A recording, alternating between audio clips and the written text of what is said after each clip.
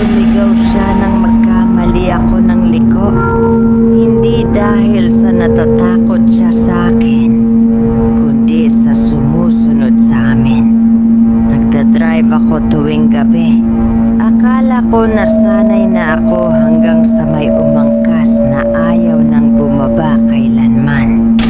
Ang lalaking nasa likuran ko ay bumulong. Diretso lang o pareho tayong mamamatay.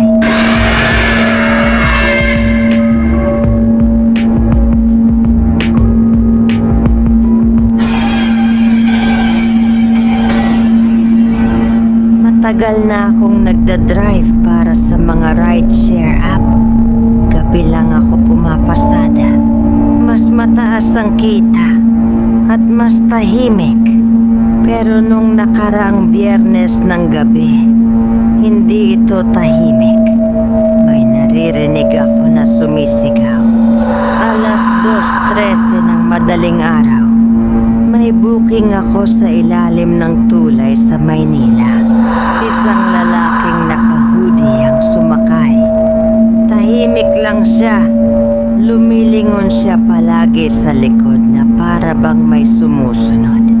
Sinubukan kong makipagkwentuhan. Matinding gabi ba? Ang sagot niya, magmaneho ka. Huwag titigil. Huwag dumaan sa highway. Huwag kang titingin sa salamin. Medyo kakaiba ang punto. Pero sanay na ako sa ganyan. Pagkalipas ng 10 minuto may napansin ako.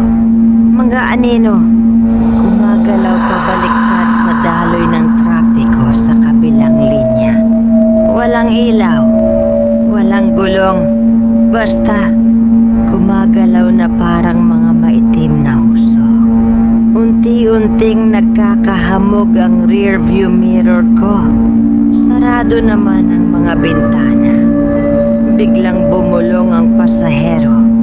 Nahanap na nila tayo. Bilisan mo lang ang takbo. Nagtanong ako, sino?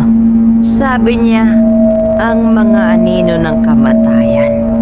Naamoy nila ang pagsisisi. Gusto ko na sana siyang ibaba pero may nasa likod namin. Mahahabang nilalang na hugis, usok at mga walang mukha. Gumagapang ang iba sa mga gusali habang ang iba ay nakasunod sa amin. At saan man kami lumiko, sinusundan nila kami. Parang nakakabit sila sa aking pasahero.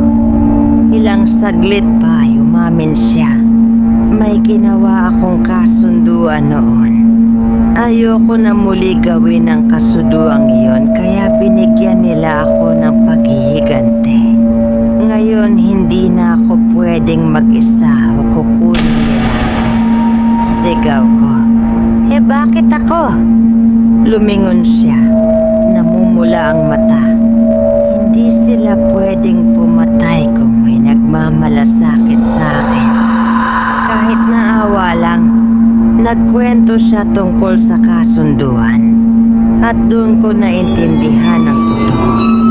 Lahat ng naging driver niya dati, kung hindi patay, ay nababaliw. Pero ako, iba ako.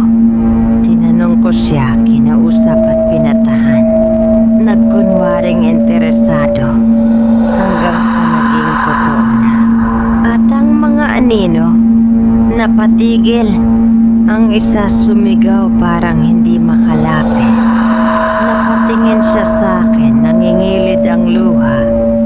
Ikaw lang ang unang taong hindi ako tinuring na halimaw. Bumaba siya sa isang lumang motel. Hindi niya ako inaya papasok. Ang sabi lang niya, susubukan ka nila. Kapag nakita mo ulit sila, huwag kang lalayo sa ilaw. May iniwan siyang lukot na litrato. Siguro yung taong ipinaghiganti niya o baka minahal niya. Simula noon, gabi-gabi sa eksaktong 2:13 a.m., namamawis ang rearview mirror ko. Araw-araw, pakiramdam ko sinusubok na nila ako. At hindi ko alam kung hanggang kailan ko kayang magkunwaring may pakialam pa ako sa taong pasahero ko.